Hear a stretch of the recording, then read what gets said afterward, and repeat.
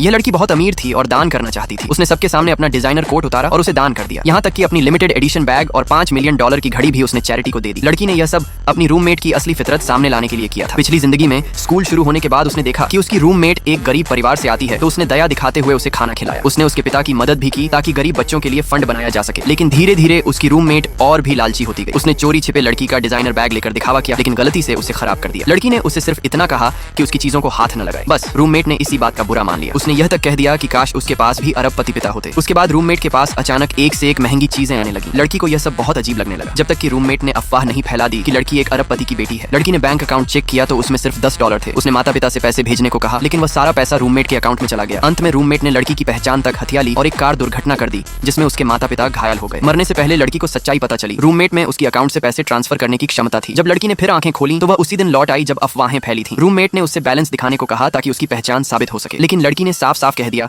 कि वह बहुत गरीब है। रूममेट घबरा गई। फिर लड़की ने कहा कि उसे इतना दिखावा नहीं करना चाहिए और वह अपनी सारी लग्जरी चीजें दान करना चाहती है। रूममेट ने तुरंत कहा कि चीजें दान करने से खराब हो सकती हैं। उसने सुझाव दिया कि पहले उन्हें बेच दिया जाए और फिर पैसा दान कर दिया जाए, लेकिन लड़की जानती थी कि अगर चीजें बिकी तो सारा पैसा रूममेट के अकाउंट में चला जाएगा। लड़की ने चैरिटी को फोन किया। जब स्टाफ आया तो उसने अपनी सारी लग्जरी चीजें दान कर दी। तभी एक सहपाठी ने सवाल किया, रूममेट ने तो उसे कुछ लाख ही दिए थे, तो वह इतनी महंगी चीजें कैसे खरीद सकती है? लड़की ने रूममेट की तरफ देखते हुए पूछा, क्या तुम्हें कुछ समझाना है? रूममेट अचानक बुरी तरह घबरा गई।